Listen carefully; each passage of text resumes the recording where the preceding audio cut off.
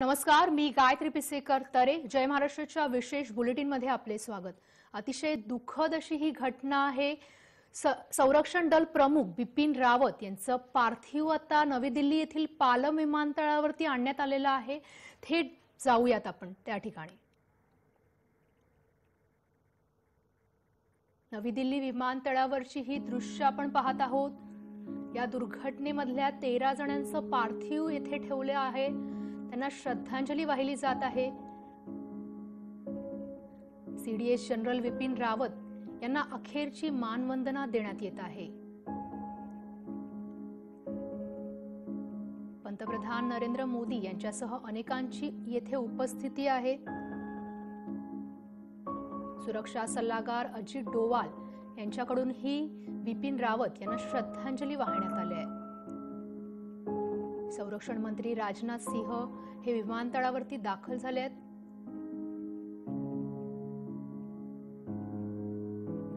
राष्ट्रीय सुरक्षा सल्लागार अजित डोवाल हे सुद्धा पोहोचले आहेत.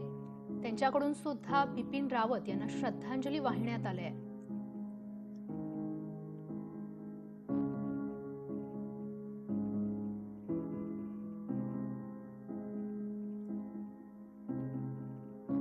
अतिशय दुर्दैवी अशी ही घटना आहे. संरक्षण मंत्री राजनाथ सिंह हे सुद्धा विमानतळावरती दाखल झाले आहेत. सीडीएस जनरल बिपिन रावत यांना अखेरची मानवंदना देण्यासाठी अनेक दिग्गज येथे उपस्थित आहेत. बिपिन रावत यांच्या जाण्यानं देशावरती शोककळा पसरली आहे.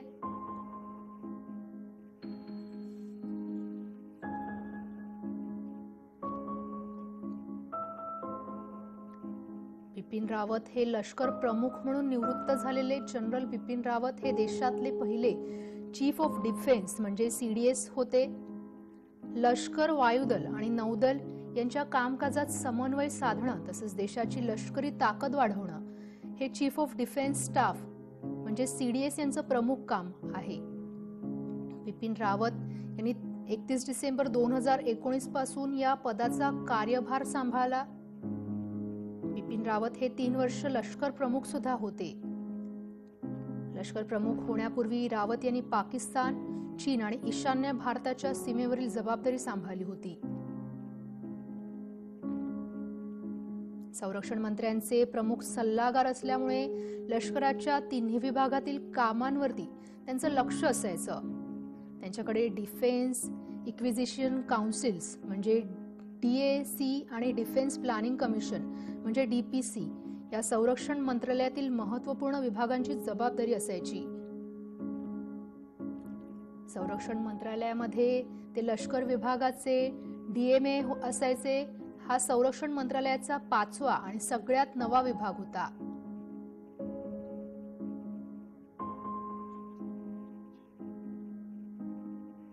बिपिन रावत हे लष्करातील खरेदी, प्रशिक्षण आणि रिक्त जागा भरण्यासाठी प्रोत्साहन सुद्धा द्यायचे.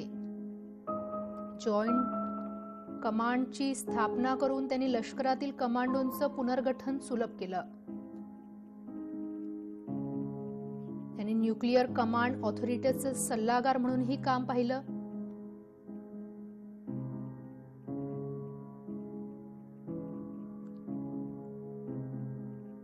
ते Andaman Nicobar strategic force command, अंतराळ, सायबर आणि स्पेशल फोर्स कमांड सारख्या ट्राय सर्व्हिस एजन्सीचे प्रमुख होते. तसेच चीफ ऑफ डिफेन्स कमिटीचे स्थायी अध्यक्षही होते.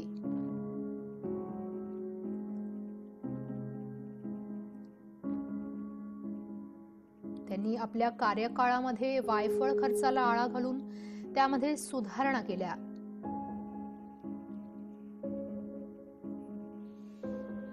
बिपिन रावत यांचा कार्यकाळ आपण पाहत आहोत. त्यांची महत्त्वाची कामगिरी आपण पाहत आहोत.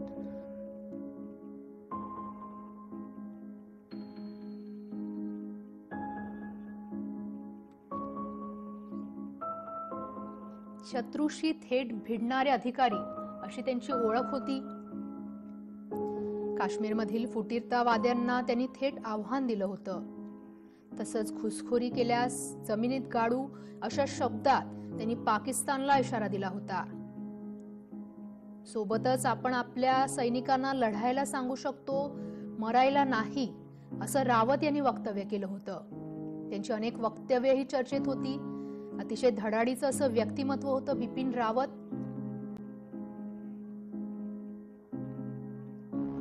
बिपिन रावत यांचा जन्म 16 मार्च 1958 साली डेहराडून येथे झाला. बिपिन रावत यांचे वडील LS रावत हे देखील लष्करात होते आणि ते लेफ्टनंट जनरल LS रावत म्हणून ओळखले जात होते. त्यांचं बालपण ही सैनिकांमध्ये गेलं. त्यांचं प्राथमिक शिक्षण शिमल्यातल्या सेंट एडवर्ड स्कूलमध्ये झालं. त्यानंतर त्यांनी इंडियन मिलिटरी अकॅडमीमध्ये प्रवेश घेतला आणि डेहराडूनला गेले. त्यांची तिथली कामगिरी पाहून त्यांना पहिलं सन्मानपत्र मिळालं. अगदी लहान वयातच त्यांची हुशारी दिसून येत होती. त्यानंतर त्यांना स्वॉर्ड ऑफ ऑनरनीही सन्मानित करण्यात आलं. त्यानंतर त्यांनी अमेरिकेमध्ये शिक्षण घेण्याचं ठरवलं आणि ते अमेरिकेला गेले. मात्र त्यानंतरही अमेरिकेत शिक्षण घेऊन त्यांनी अमेरिकेमध्ये स्थायिक न होता आपलं जीवन हे देश कार्यासाठी अर्पण करावं यासाठी ते भारतात पुन्हा परतले. तेथे अमेरिकेमध्ये त्यांनी सर्व्हिस स्टाफ कॉलेजमध्ये पदवी प्राप्त केली. सोबतच त्यांनी हाय कमांडचा कोर्सही केला. आतापर्यंत त्यांच्या कार्यकाळामध्ये बिपिन रावत हे अनेक महत्त्वाच्या पदांवरती कार्यरत होते. बिपिन रावत अमेरिकेमधून परतले आणि त्यानंतर त्यांनी सैन्यामध्ये भरती होण्याचा निर्णय घेतला. त्यांच्या प्रयत्नांना 16 डिसेंबर 1978 रोजी यश मिळालं. त्यांना गोरखा 11 रायफल्सच्या 5व्या बटालियनमध्ये सामील करण्यात आलं. येथून त्यांची लष्करी प्रवास सुरू झाला. इथे रावत यांना सैन्याचे अनेक नियम शिकण्याची संधी मिळाली. रावत यांनी एक मुलाखतीमध्ये म्हटलं होतं की गोरखामधून राहून त्यांना जे काही शिकता आलं ते इतरत्र कुठेही शिकता आलं नसतं. इथं त्यांना लष्कराची धोरणं समजून घेता आली. धोरणं तयार करण्याचं कामही त्यांनी केलं. इथं त्यांनी लष्कराच्या अनेक पदांवरती क्रॉप्स, GOC, दक्षिण कमांड, IMA डेहराडून, लष्करी operations directorate, logistic staff officer अशा विविध पदांवरती काम केलं.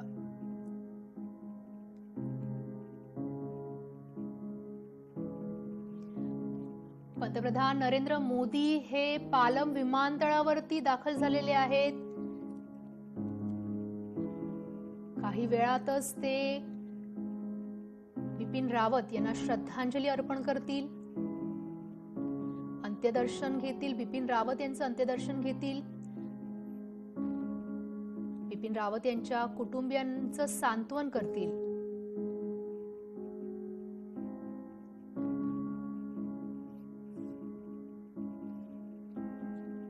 बिपिन रावत यांच्यासह त्यांच्या पत्नी मधुलिका रावत यांचंही पार्थिव पालम विमानतळावरती आणण्यात आले.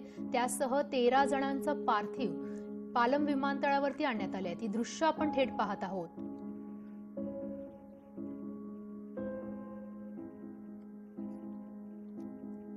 Brigadier LS Lidder, lieutenant colonel Harjinder Singh, Naik Gurusewak Singh, Naik Jitendra Kumar, lance Naik Vivek Kumar, lance Naik B Sai Teja, Havildar Satpal Singh यांची पार्थिव पालम विमानतळावरती आणण्यात आली आहेत. त्यांना अखेरची मानवंदना देण्यासाठी त्यांची पार्थिव पालम विमानतळावरती ठेवण्यात आली आहे.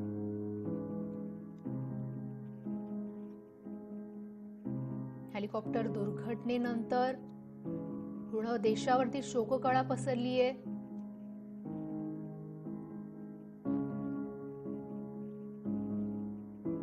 पंतप्रधान नरेंद्र मोदी हे पालम विमानतळावरती पोहोचलेत.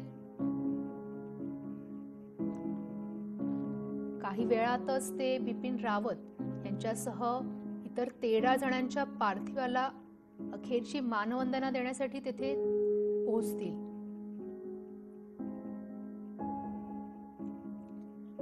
पालम विमानतळावरून आपण थेट दृश्य पाहत आहोत.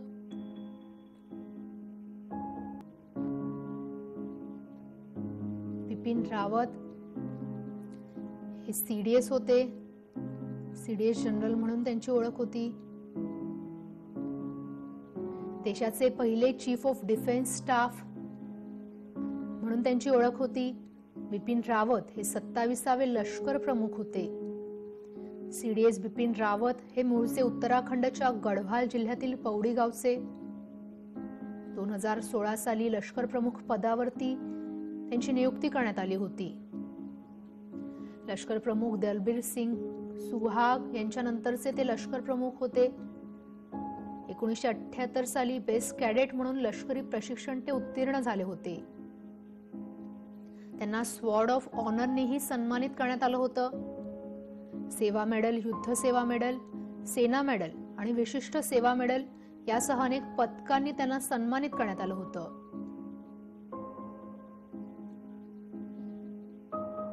पंतप्रधान नरेंद्र मोदी यांनी श्रद्धांजली अर्पण केली आहे. ती दृश्य आपण पाहत आहोत. सुरक्षा सल्लागार अजित डोवाल यांच्याकडून ही श्रद्धांजली अर्पण करण्यात आली आहे.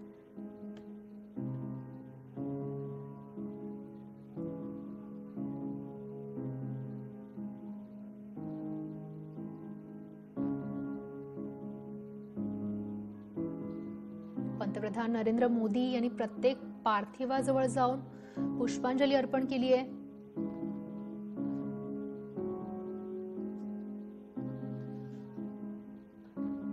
ती दृश्य आपण पाहत आहोत.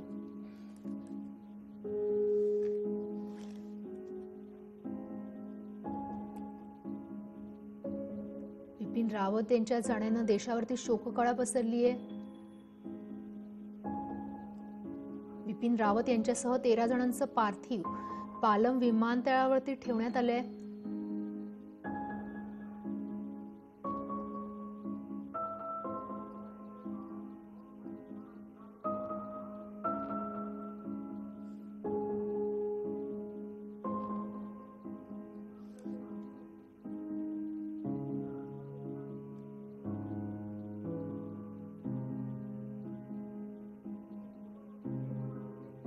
पालम विमानतळावरची थेट दृश्य आपण पाहिली. 13 जणांचं पार्थिव येथे ठेवण्यात आलं आहे. हेलिकॉप्टर दुर्घटनेनंतर 13 जणांचा मृत्यू झाला. या 13 जणांचं पार्थिव दिल्लीच्या पालम विमानतळावरती ठेवण्यात आले आहे. बिपिन रावत यांच्या पत्नीचाही मृत्यू झालाय. पंतप्रधान नरेंद्र मोदी यांच्याकडून त्यांच्या कुटुंबियांचं सांत्वन करण्यात आलंय. राष्ट्रीय सुरक्षा सल्लागार अजित डोवाल यांनी ही श्रद्धांजली अर्पण केली आहे. तिन्ही सैन्य दलाचे प्रमुख यांनी ही श्रद्धांजली अर्पण केली आहे.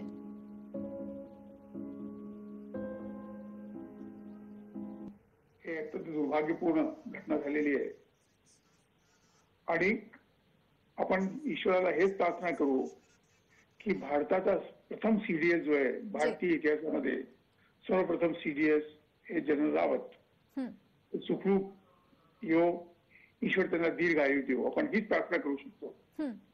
पहिली गोष्ट. दुसरी गोष्ट आहे की ज्या हेलिकॉप्टरमध्ये ते गेले होते मी-17 तो फार चांगल्या पद्धतीची हेलिकॉप्टर आहे.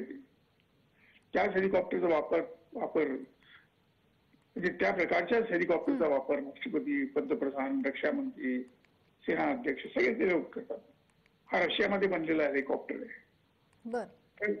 आणि जेव्हा सीडीएस सारखे प्रमुख व्यक्ती त्यामध्ये जातात ते नक्की त्यांनी चौकशी केली असेल, चेक केलं असेल, सगळं काही केलं असेल. बहुतेक त्यावेळेला तिथे धुकं आहे. आपल्याला माहित आहे की मागच्या 5-6 दिवसापासून तामिळनाडू, केरळ, कर्नाटकमध्ये जोराचा पाऊस आहे, धुकं आहे, वारं आहे, हे सगळं आहे. आणि तो जो क्षेत्र जिथे हेलिकॉप्टर दुर्घटनाग्रस्त झालेला आहे तो पर्वतीय क्षेत्र आहे आणि तिथे धुकं असतं. ते कोयंबटूर जेव्हा निघाले किंवा वेलिंग्टनला जाणार होतो. वेलिंग्टन म्हणजे तिथे एक स्टाफ कॉलेज आहे उदक मंचात तिथे त्यांचे व्याख्यान होतं 3 वाजता आणि त्याच्याकरता ते चालले होते. हे आता जेव्हा इन्क्वायरी होईल तेव्हा आपल्याला कळेल की हेलिकॉप्टर केसचं खरं कारण काय आहे. ते भारतीय सैन्याचे सर्वात सिनियर मोस्ट असे अधिकारी होते आर्मी नेव्ही एअरफोर्सचे आणि ते चीफ ऑफ डिफेन्स स्टाफ होते. तर त्यामुळे त्यांच्या खांद्यावरती सगळ्या भारताच्या संरक्षणाची जबाबदारी होती. ज्या वेळेला अशा इतक्या सर्व उच्च पदाचा अधिकारी जखमी होतो तर अर्थातच आपल्या सुरक्षेला एक तो मोठा धोका असतो. कारण ते नेतृत्व जखमी झालं तर की आज त्यांचे जे नंबर 2 अधिकारी आहेत ती आता ती जागा सांभाळत असतील आणि त्यामुळे भारतीय सैन्याला हे की अशा प्रकारचे अपघात होऊ शकतात, फायरिंग होऊ शकतं, सिनियर अधिकारी हा येऊ शकतो किंवा मला जाऊ शकतो. तर एक अशी परवाच आहे की ज्यामध्ये त्याच्या खालचा जो नंबर 2चा अधिकारी आहे तो त्याची जबाबदारी तेवढ्या सक्षमपणे पार करणे आणि त्याकरता त्यांना खास ट्रेनिंग हे दिलेलं जातं. तर त्याच्यामुळे तोपर्यंत देशाच्या सुरक्षेचा प्रश्न आहे त्याची आपण काळजी करू नये. कारण विमान आणि हेलिकॉप्टरच्या ऍक्सिडेंटसाठी बरीच असू शकतात. एक तर सर्वात प्रमुख म्हणजे काही तांत्रिक बिघाडामुळे हे होऊ शकतं. दुसरं म्हणजे हवामान खराब असल्यामुळे किंवा ढग जमा झाल्यामुळे दृश्यता कमी झाल्यामुळे सुद्धा होऊ शकतं. त्यामुळे कोर्ट ऑफ इन्क्वायरी झाल्यावरच याची कारणं कळू शकतात. तात्काळ ती कारणं करू शकणार नाही. आणि शिवाय हा जो प्रदेश आहे हा जसा डोंगराळ प्रदेश आहे त्यामुळे तिथे वातावरण हवामानात बदल हा जरा लवकरच होत असतो. परंतु हवामान कसं आहे हे पाहूनच उड्डाण भरण्यात आली असेल. त्यामुळे हवामानच्या मुळे हे झालं असं सध्या तरी म्हणता येणार नाही. पण तांत्रिक बिघाड असू शकतो. पण हे सर्व कोर्ट ऑफ इन्क्वायरी झाल्यावरच कळू शकेल. कारण आता सध्या ते सांगणं अशक्यच आहे. हेलिकॉप्टर दुर्घटनेप्रकरणी जय महाराष्ट्रानं काही सवाल उपस्थित केले ते पाहूयात. हवाई प्रवास नियमावली अनुसार झाला का? MI-17 V5 हेलिकॉप्टरची उड्डाणापूर्वी तपासणी झाली होती का? या उड्डाणादरम्यान हवामान बदलाची माहिती होती का? हेलिकॉप्टरच्या मार्गाची सुरक्षा तपासणी केली होती का? या घटनेमागे घातपात शक्य आहे का? असे सवाल जय महाराष्ट्रानं उपस्थित केले आहे.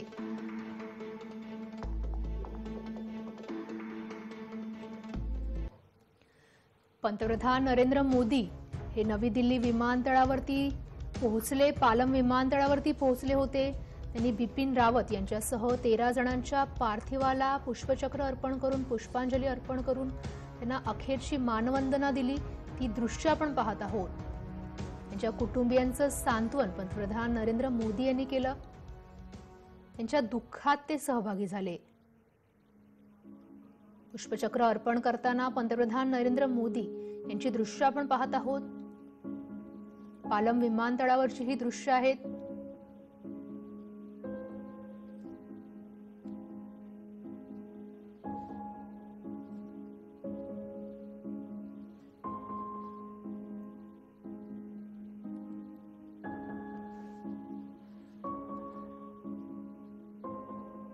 सीडीएस जनरल बिपिन रावत यांचं पार्थिव नवी दिल्ली विमानतळावरती ठेवण्यात आले.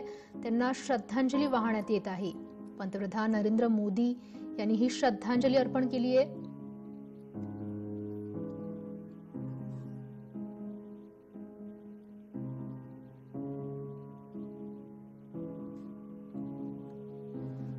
सीडीएस जनरल बिपिन रावत यांना अखेरची मानवंदना देण्यात येत आहे. पंतप्रधान नरेंद्र मोदी यांच्यासह अनेकांची उपस्थिती येथे होती. सुरक्षा सल्लागार अजित डोवाल यांच्याकडून ही श्रद्धांजली वाहण्यात आली. संरक्षण मंत्री राजनाथ सिंह यांनी ही श्रद्धांजली अर्पण केली. तिन्ही सैन्य दलाचे प्रमुख विमानतळावरती पोहोचले आणि त्यानंतर त्यांनी प्रत्येक पार्थिवाकडे जाऊन श्रद्धांजली अर्पण केली. नौदल प्रमुख आर हरिकुमार यांच्याकडून ही श्रद्धांजली अर्पण करण्यात आली.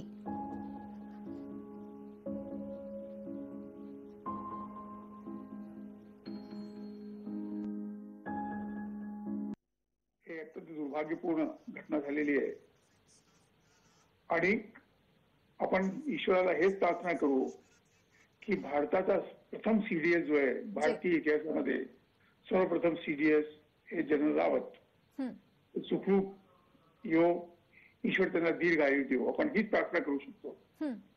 पहिली गोष्ट. दुसरी गोष्ट आहे की ज्या हेलिकॉप्टरमध्ये ते गेले होते Mi-17, तो फार चांगल्या पद्धतीची हेलिकॉप्टर आहे ती. त्याच हेलिकॉप्टरचा वापर म्हणजे त्या प्रकारच्याच हेलिकॉप्टरचा वापर राष्ट्रपती, पंतप्रधान, रक्षा मंत्री, सेना अध्यक्ष सगळे ते लोक करतात. हा रशियामध्ये बनलेला हेलिकॉप्टर आहे. आणि जेव्हा सीडीएस सारखे प्रमुख व्यक्ती त्यामध्ये जातात, तर नक्की त्यांनी चौकशी केली असेल, चेक केलं असेल, सगळं काही केलं असेल. बहुतेक त्यावेळेला तिथे धुकं आहे. आपल्याला माहित आहे की मागच्या 5-6 दिवसापासून तामिळनाडू, केरळ, कर्नाटकमध्ये जोराचा पाऊस आहे, धुकं आहे, वारं आहे, हे सगळं आहे. आणि तो जो क्षेत्र जिथे हेलिकॉप्टर दुर्घटनाग्रस्त झालेला आहे तो पर्वतीय क्षेत्र आहे आणि तिथे धुकं असतं. ते कोयम्बतूर जेव्हा निघाले किंवा वेलिंग्टनला जाणार होतो. वेलिंग्टन म्हणजे तिथे एक स्टाफ कॉलेज आहे उदक मंचात, तिथे त्यांचे व्याख्यान होतं 3 वाजता आणि त्याच्याकडे ते चालले होते. हे आता जेव्हा इन्क्वायरी होईल तेव्हा आपल्याला कळेल की हेलिकॉप्टर केसचं खरं कारण काय आहे. ते भारतीय सैन्याचे सर्वात सिनियर मोस्ट असे अधिकारी होते, आर्मी, नेव्ही, एअरफोर्सचे, आणि ते चीफ ऑफ डिफेन्स स्टाफ होते. तर त्यामुळे त्यांच्या खांद्यावरती सगळ्या भारताच्या संरक्षणाची जबाबदारी होती. ज्या वेळेला अशा इतक्या सर्व उच्च पदाचा अधिकारी जखमी होतो तर अर्थातच आपल्या सुरक्षेला एक तो मोठा धोका असतो, कारण ते नेतृत्व जखमी झालं तर की आज त्यांचे जे नंबर 2 अधिकारी आहेत ती आता ती जागा सांभाळत असतील आणि त्यामुळे भारतीय सैन्याला हे की अशा प्रकारचे अपघात होऊ शकतात, फायरिंग होऊ शकतं, सिनियर अधिकारी हा येऊ शकतो किंवा मला जाऊ शकतो. तर एक अशी परवाच आहे की ज्यामध्ये त्याच्या खालचा जो नंबर 2चा अधिकारी आहे तो त्याची जबाबदारी तेवढ्या सक्षमपणे पार करणे आणि त्याकरता त्यांना खास ट्रेनिंग हे दिलेलं जातं. तर त्याच्यामुळे तोपर्यंत देशाच्या सुरक्षेचा प्रश्न आहे त्याची आपण काळजी करू नये. कारण विमान आणि हेलिकॉप्टरच्या ऍक्सिडेंटसाठी बरीच असू शकतात. एक तर सर्वात प्रमुख म्हणजे काही तांत्रिक बिघाडामुळे हे होऊ शकतं. दुसरं म्हणजे हवामान खराब असल्यामुळे किंवा ढग जमा झाल्यामुळे, दृश्यता कमी झाल्यामुळे सुद्धा होऊ शकतं. त्यामुळे कोर्ट ऑफ इन्क्वायरी झाल्यावरच याची कारणं कळू शकतात. तात्काळ ती कारणं करू शकणार नाही. आणि शिवाय हा जो प्रदेश आहे हा असा डोंगराळ प्रदेश आहे, त्यामुळे तिथे वातावरण, हवामानात बदल हा जरा लवकरच होत असतो. परंतु हवामान कसं आहे हे पाहूनच उड्डाण भरण्यात आली असेल. त्यामुळे हवामानच्यामुळे हे झालं असं सध्या तरी म्हणता येणार नाही. पण तांत्रिक बिघाड असू शकतो. पण हे सर्व कोर्ट ऑफ इन्क्वायरी झाल्यावरच कळू शकेल, कारण आता सध्या ते सांगणं अशक्यच आहे. हेलिकॉप्टर दुर्घटना तमिळनाडूमधील निलगिरी जिल्ह्यातील कुन्नूरमध्ये घडली. हेलिकॉप्टर सुलूर आर्मी बेसवरून निघालं होतं. जनरल रावत यांना घेऊन हे हेलिकॉप्टर वेलिंग्टन लष्करी छावणीच्या दिशेनं जात होतं. त्यावेळी हा अपघात घडला. हेलिकॉप्टरमध्ये 13 जण होती. सीडीएस जनरल बिपिन रावत यांच्यासह त्यांच्या पत्नी मधुलिका रावत या हेलिकॉप्टरमध्ये होत्या.